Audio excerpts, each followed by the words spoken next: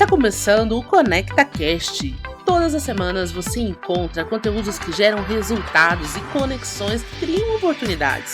Somos mais que um hub de ideias, geramos experiências transformadoras que ampliam seu conhecimento através de soluções, tendências, histórias e novidades sobre viagens corporativas. A apresentação: Andréia Matos. Olá, estamos começando mais um episódio do Conecta Cast. Eu sou Andréia Matos, fundadora da Belinkers, a empresa que é o braço em educação de viagens corporativas da Alagev. E no episódio de hoje vamos falar sobre política de viagens em tempos de inclusão.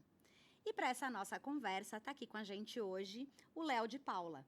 Ele é ator, cantor, preparador de elenco, mentor criativo e idealizador da Fator Diversidade, uma consultoria de diversidade e inclusão, tendo a arte e a ciência do comportamento como pilares de solução. Com mais de 15 anos de experiência no Brasil e no mundo, já apresentou seus trabalhos em Cannes, Paris, São Paulo, Barcelona e Bruxelas, e com os projetos Le Circo de la Drague, Orquestra de Petris Noves e O Corpo Emagrecido. Seu mais recente trabalho de pesquisa em desenvolvimento humano revive diretrizes ancestrais por meio da arte e espiritualidade, com foco no poder do coletivo a partir do despertar individual, intitulado O Voo da Águia. Léo, seja muito bem-vindo, que prazer ter você aqui com a gente. Obrigada por aceitar nosso convite. Imagina, é um prazer estar aqui com vocês, falando de diversidade, de inclusão, dentro de uma indústria tão maravilhosa que é a indústria do turismo, né? Então, é um prazer estar aqui com vocês, dialogando.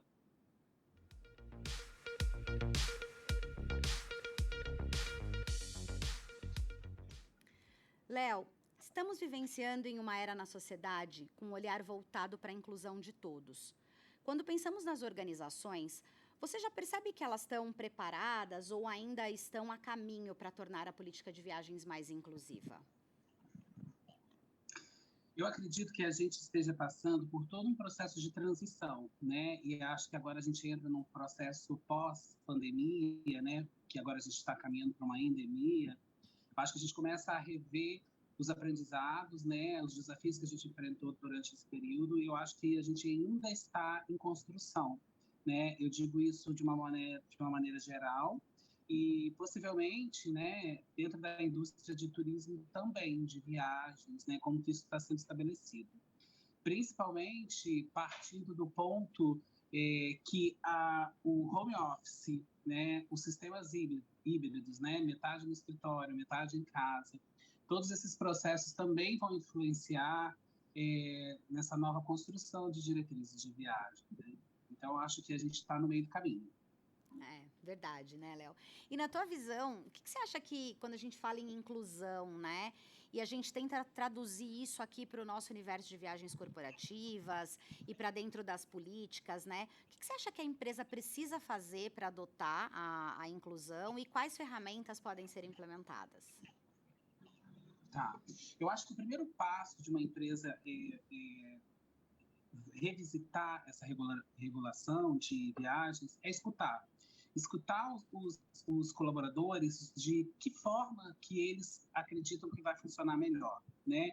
Cenários que a gente vivenciou mais intensamente, como pais e mães cuidando dos filhos em casa, pessoas que trabalham distantes e que precisam ter um transporte até chegar à base do escritório, isso também mudou.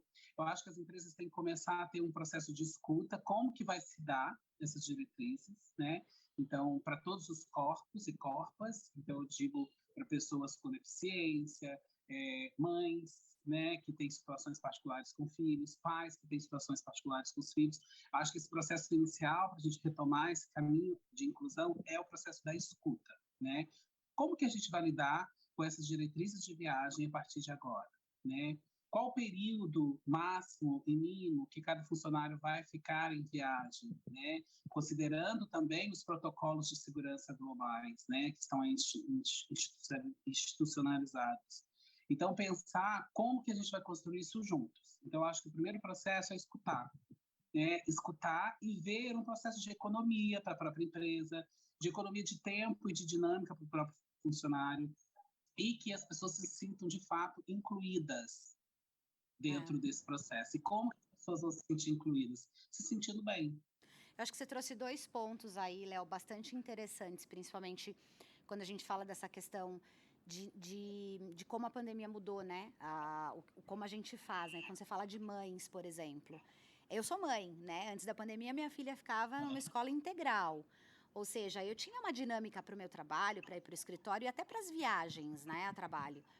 E agora, a gente passou 2 anos, hoje ela está numa escola meio período, por exemplo, que deve ser a realidade de muitas mães também, porque eu estou trabalhando em casa a maior parte do tempo, então... E aí, como é que eu faço uma viagem a trabalho, né? Como que, de repente, a empresa está olhando para isso, entendendo a realidade das novas mães e transformando as suas políticas para incluir essa nova realidade, né? Acho que esse tem um ponto aqui bem interessante. E um outro que você trouxe, que também me chamou bastante atenção, que eu acho que tem acontecido muito também, é a gente pensar que antes da pandemia, né, normalmente as empresas acabavam contratando os funcionários ali perto dos seus headquarters, né? Então, sei lá, se a minha empresa tem um escritório principal em São Paulo, eu tenho uma grande base de colaboradores em São Paulo, né? E com a pandemia acabou espalhando. Hoje a gente tem funcionário aí no mundo inteiro. E aí você olhava antes uma política de viagens que partia de algumas premissas pensando que as pessoas estão normalmente se deslocando a partir de São Paulo. Então, sei lá, de repente você tem na tua política ali que viagens terrestres só são permitidas até 300 quilômetros. O restante você tem que fazer viagem usando um meio aéreo. Mas aí hoje você tem as pessoas espalhadas por todos os cantos, né? Então, como é que, de repente, você tem que olhar para isso? Você tem que escutar essas pessoas e entender que, olha, para eu seguir essa política, eu tenho 150 quilômetros terrestres e depois eu tenho que pegar um voo que me oferece 2 conexões e vou levar 10 horas de tempo total. Ao passo que se eu fizer 380 quilômetros terrestres, eu chego. Acho que a inclusão vai por aí, Léo? Eu acho que vai por aí. Esse exemplo é maravilhoso, por exemplo. Eu acho que tem vários recortes, né? Nesse exemplo que a gente partiu do exemplo da mãe ou do pai, né? Que está em casa com uma dinâmica pré-estabelecida pós-pandemia. Então, existe uma dinâmica já de funcionários, de pessoas contratadas para cuidar dos filhos e da casa. Existe já uma logística, né? Que diz que a criança vai ficar em casa, que diz que não. Existe já um planejamento. Então, acho que é importante escutar esses profissionais e ver qual é o melhor caminho, né?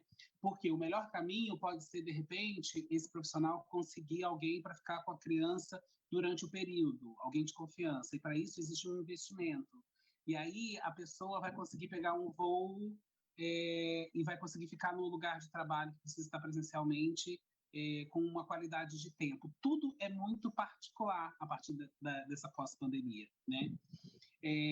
Os deslocamentos terrestres, né? Eu, por exemplo, estou morando no sul de Minas. E é uma coisa que eu falei com a minha agente, por exemplo, a minha empresária, que nos meus cachês, nas minhas negociações, eu tenho que considerar um transporte que saia eu moro na zona rural de Tamonte, no sul de Minas, então eu tenho que pegar um transporte até Itaiandu, que é a primeira rodoviária, de Itaiandu eu pego um ônibus para São Paulo, Olha aí, ou Léo, pegar um carro que vai... eu dei esse exemplo sem saber que você tinha essa logística, né? A gente Tá acabou usando um vendo? exemplo que é uma logística sua mesmo, né?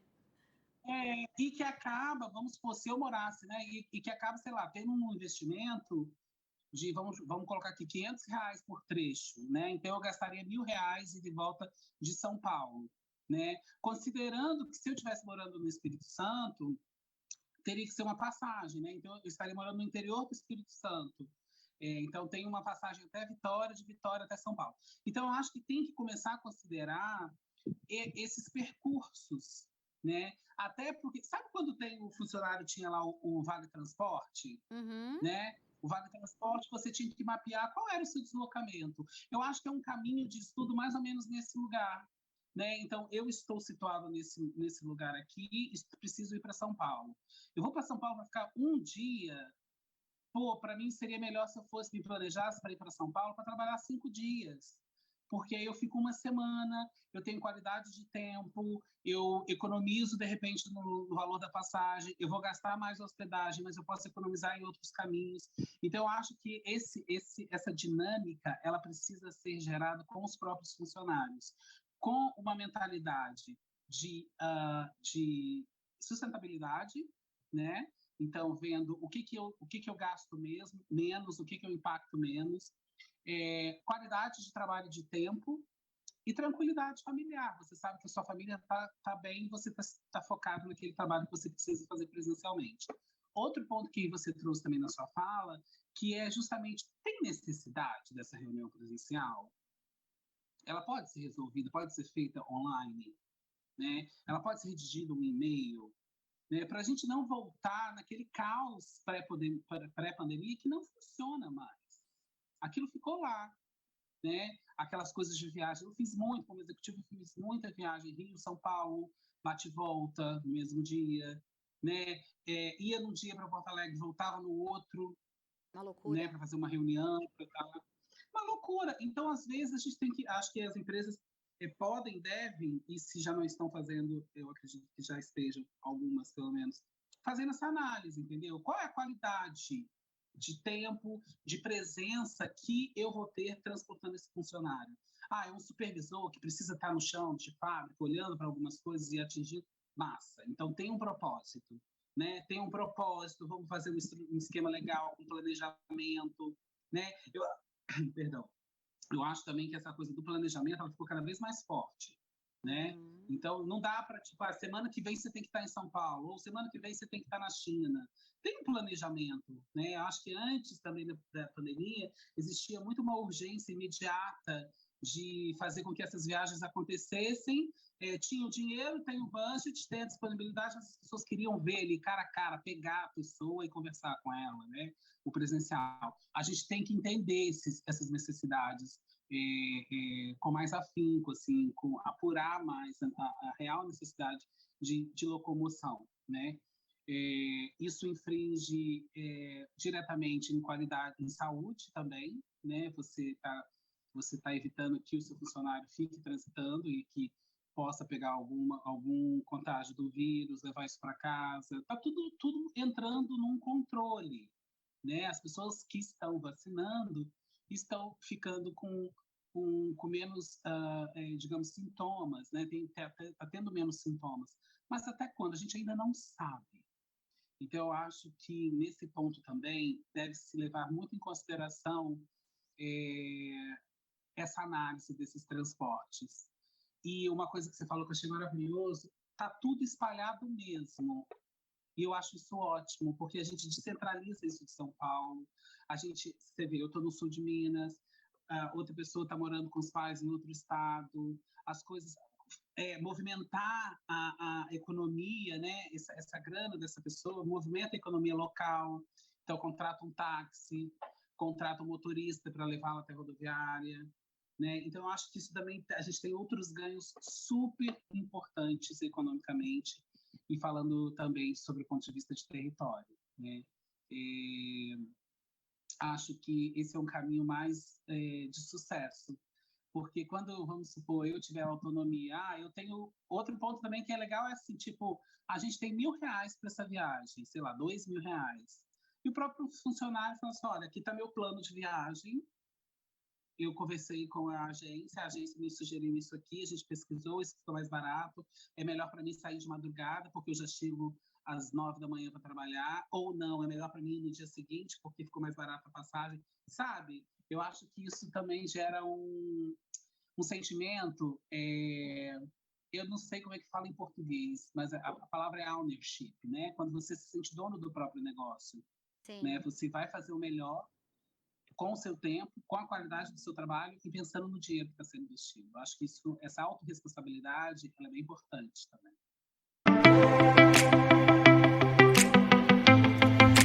Quer um jeito novo de conectar, transformar e elevar o seu conhecimento sobre eventos?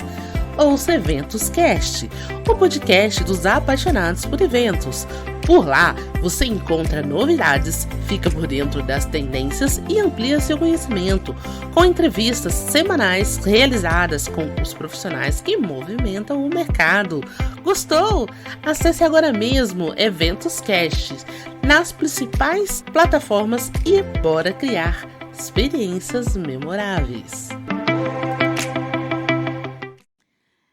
gente está indo aqui já para o final do nosso episódio, mas antes da gente terminar, eu queria te pedir se você pode dividir um pouquinho com a gente. O que na tua empresa você está fazendo, independente de estar relacionado a viagens ou não, né? Mas relacionado à inclusão, que você possa compartilhar para servir aqui de inspiração para os gestores de viagens e profissionais da indústria que estão nos escutando. Maravilha. A gente da Fator Diversidade, hoje a gente faz 2 anos de operação. Então, a gente desenhou o nosso negócio pensando no presencial e a gente teve que ajustar para o online a ponto de começar a operar. Isso a gente já nasce de um lugar de inovação, né, de escuta, de dinâmica, para a gente poder se adequar ao mercado, né? Eu acho que o que existe, a gente está num ponto hoje, depois de 2 anos de operação da Fator Diversidade, eu que trabalho com diversidade, inclusão e arte há mais de 15 anos, a gente tem entendido que as empresas entenderam a necessidade, a real importância do tema e dos diálogos que são estabelecidos a partir deles, né? Entendemos que cada grupo de afinidade, cada grupo que se associa, né, para falar ou para reivindicar melhorias, situações, é super importante que eles estejam cada vez mais sendo ouvidos e suprindo as necessidades de cada grupo. E eu acho que a gente ainda não começou a, de fato, ter uma inclusão na veia. O que eu falo quando a inclusão na veia? A gente trazer as experiências escutando dos colaboradores, escutando dos clientes, como que eles se sentiram, né? A gente falta ainda incluir muitos corpos transvestigêneros, né, que são os corpos trans, os corpos travestis. A gente falta ainda muito, que é uma política que está aí há anos, né?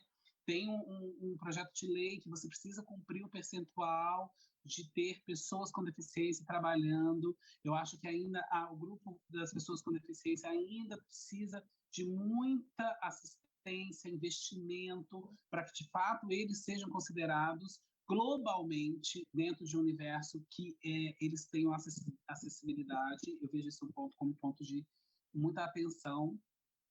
Mas eu acredito que nesses 2 anos que a gente está rodando, e nessa pós-pandemia, a gente trouxe a consciência do tema, né? A gente trouxe a consciência do tema, a gente trouxe o quanto nocivo esse tema pode ser, o quanto que isso causa traumas, doenças, saúde mental prejudicada por conta disso. Então, acho que a gente trouxe o tema em voga. Acho que o passo agora é a gente, de fato, tratar com responsabilidade o tema, de não somente trazer diversidade, porque às vezes trazer diversidade é mais simples. Uhum. Você contrata, você vai dialogando com aqueles corpos, aquilo vai se integrando. Agora, a inclusão é quando, de fato, cada indivíduo se sente inserido dentro daquele contexto. Eu acho que a gente está bem distante disso, sendo bem honesto.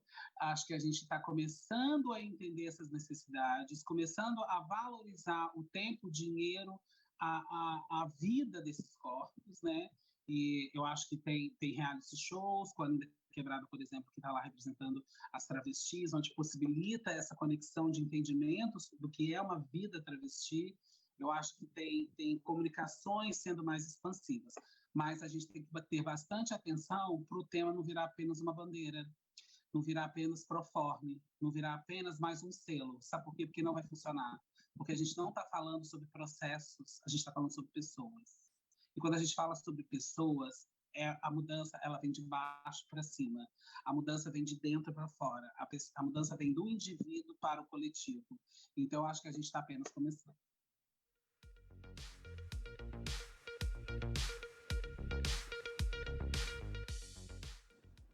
Léo, que conversa maravilhosa, assim, eu queria ficar aqui conversando mais e mais com você, mas a gente tá chegando aqui já no final desse nosso episódio. Eu queria agradecer demais a tua disponibilidade e a tua participação, tá aqui com a gente no Conecta Cast, foi incrível realmente, Léo, obrigada. Obrigado a vocês, gente. Tenham um ótimo dia, um prazer estar aqui com vocês falando sobre esse tema e vamos em frente, expandindo e crescendo. É isso aí, vamos lá. E eu quero lembrar você, ouvinte, que os episódios estarão disponíveis nos canais da Alagev no Instagram, Facebook, TV Alagev e LinkedIn. E também nas plataformas de streaming da EventosCast, que você encontra no www.eventoscast.com.br. Vamos juntos transformar o mercado de viagens corporativas? Compartilhe esse episódio em suas redes sociais e não esqueça de marcar a gente por lá, combinado? Até a próxima!